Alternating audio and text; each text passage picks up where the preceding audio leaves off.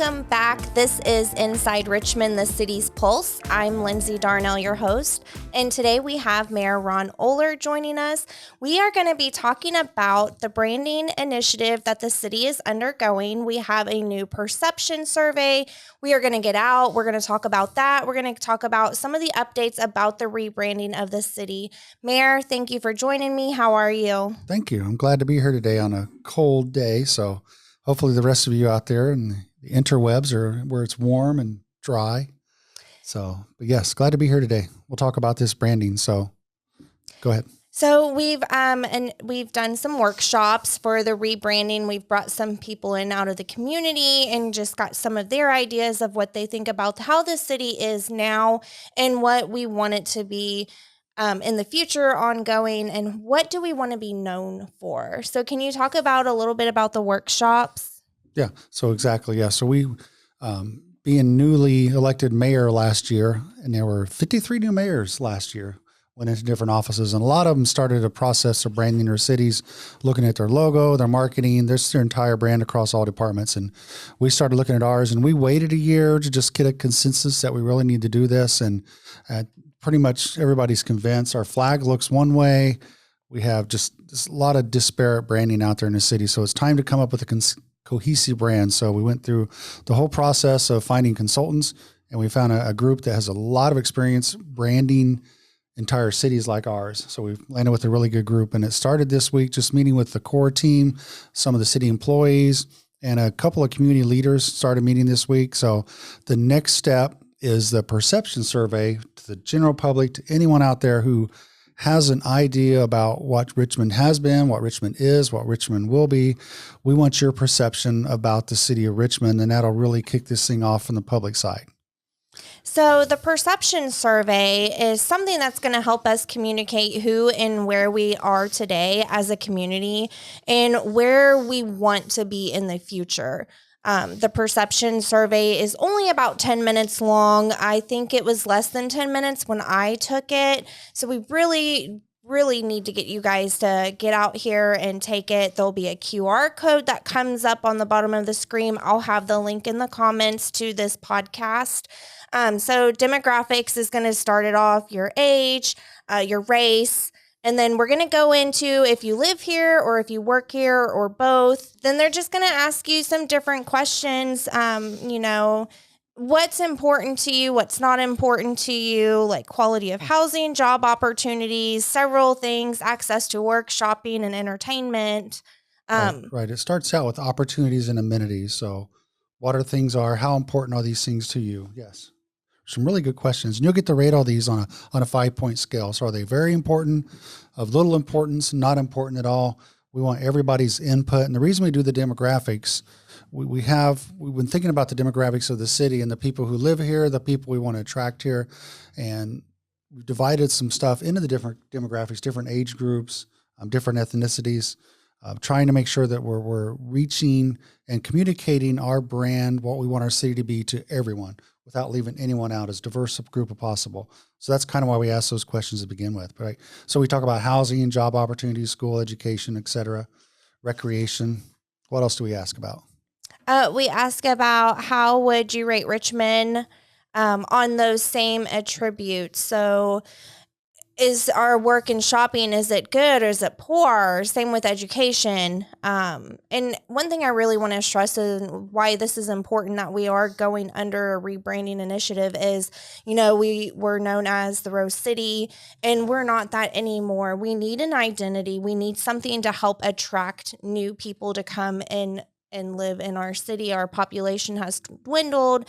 We're an aging community, and we really want to attract, the younger families, college graduates. But it's also a chance for the current residents too, not to leave them out. We want to hear from them, a chance to shine. There's a lot that you're proud about our city. There's a reason you still live here. So there's a lot you're proud about. We want to hear that too from your perception. So like you said, how easy is it to access work and shopping? How easy is it to access job opportunities, city services, parks and recreation? But one of the things that's kind of fun is what brings you to and keeps you in Richmond. So what brought you to Richmond? What's keeping you in Richmond?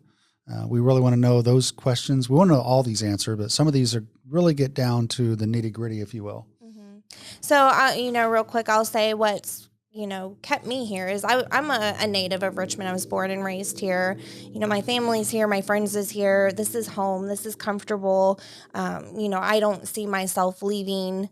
I really do see the opportunities that Richmond has. And this is important for the current residents to get involved in as well. We really want you guys to come out, show up for the city.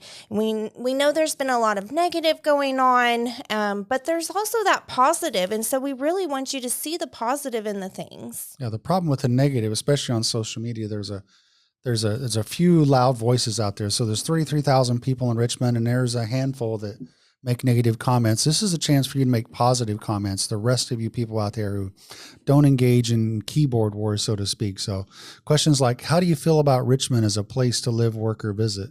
Is it good, acceptable, or poor? What areas can be improved? On a scale of 1 to 5, 1 being the least, 5 the most, how would you rate your pride in the city of Richmond? Pride is very important. We hope you take pride in your city. And there's a lot of things to be proud about in our past. There's a lot of things to be proud about in our present. And even more so, what can we take pride in the future? What do we want to improve in the city?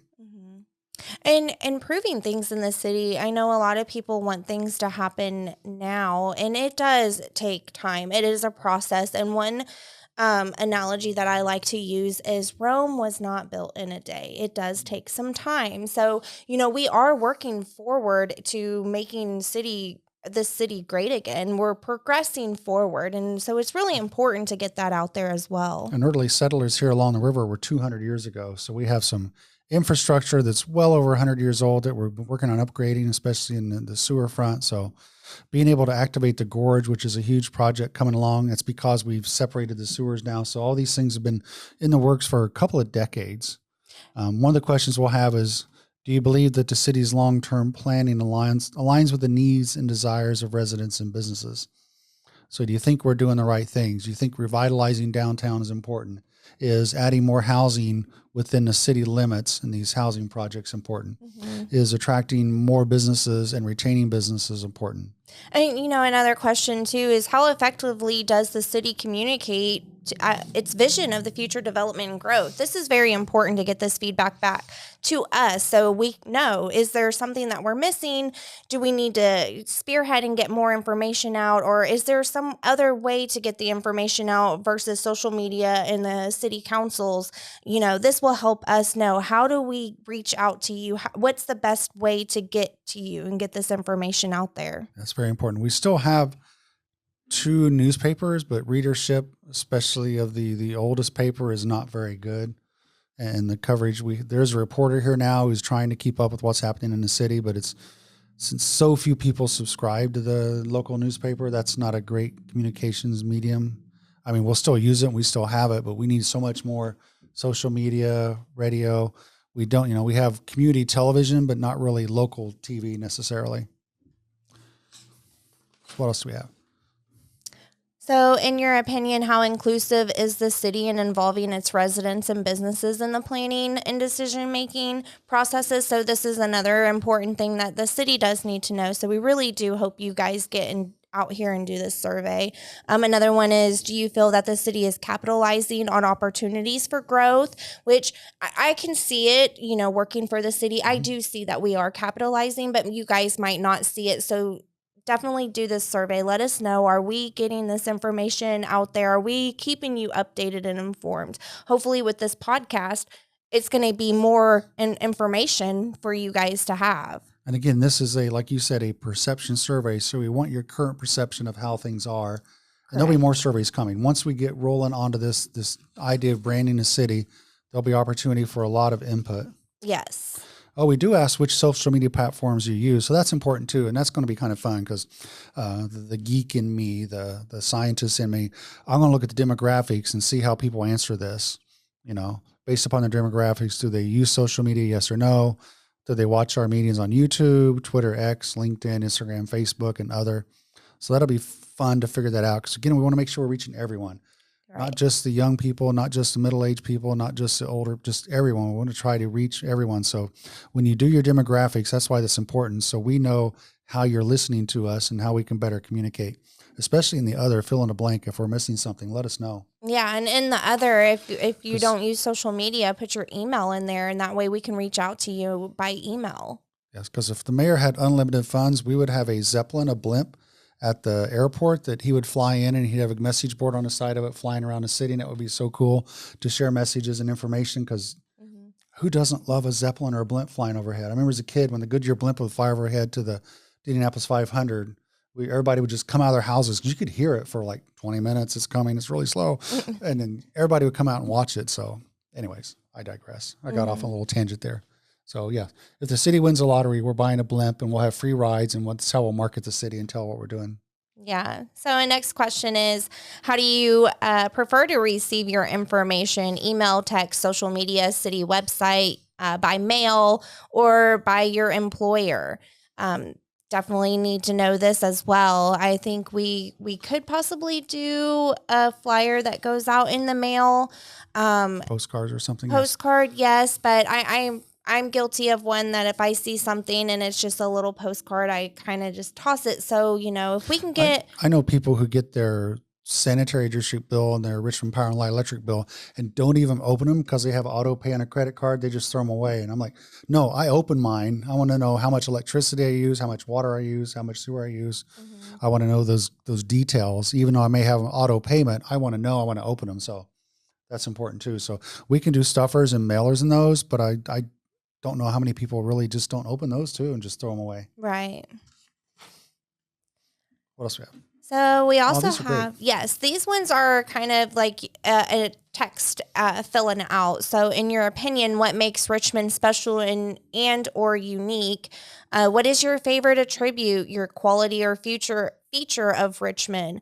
And what is your least favorite attribute of Richmond? So this is very important. And like the mayor was saying, this is now, your perception of now, not the past, not the future. This is your present. One of the things we did in our groups, we wrote love letters to the city of Richmond. So we had to we had a form we filled out that says, "Dear Richmond, this is what I love about you and why I live here." So kind of think about that. When you get to this, think about what you love about Richmond, the favorite attributes, the qualities or features you like. Do you like that we don't have too many one-way streets?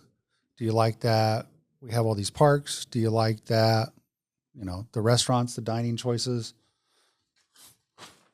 And I just want to say, too, that I want to welcome anyone to email me or call me and just tell me their story. If they want to give me their love letter of Richmond, they can email it to me. Or if they don't want to take this survey, if they want to email me or call me and just answer these questions for me on the phone. Let's say they don't have a means to take this survey via, their phone or a computer. I am more than willing to sit there and go through it with you on the phone with you.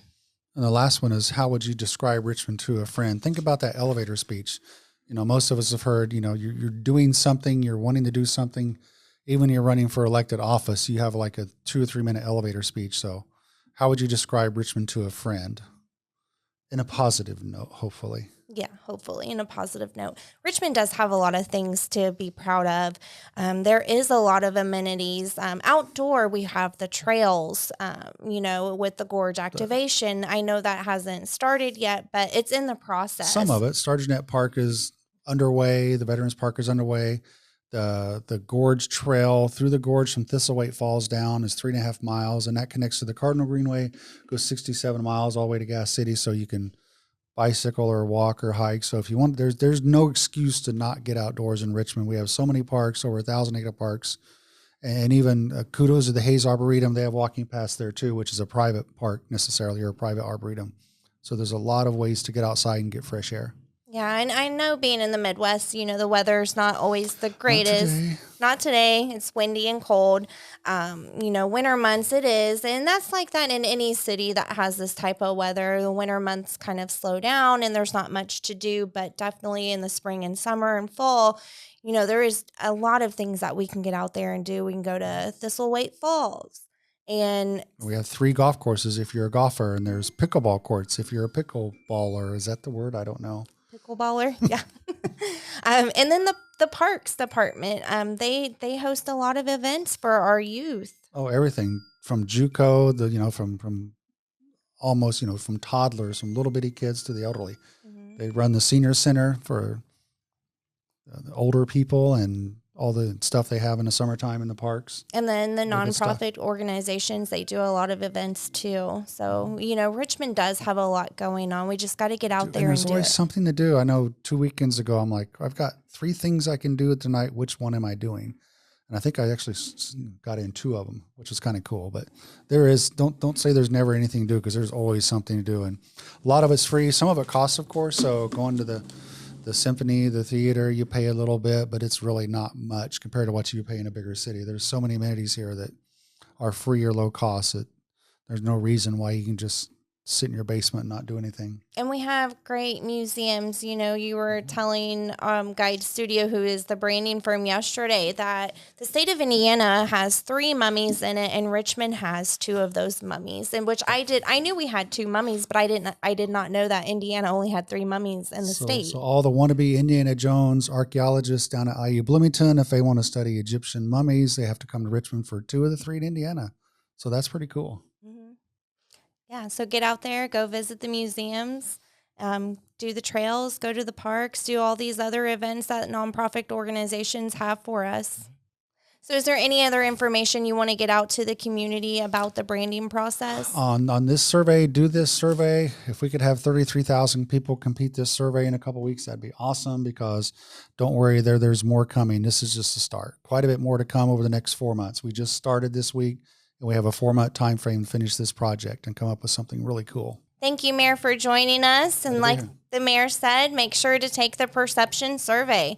I'm Lindsay Darnell. This is Inside Richmond, the city's pulse. Make sure that you subscribe to our podcast and like this podcast on Facebook. Share it on Twitter, share it on Instagram. But make sure you take the survey for us. Until next time, guys.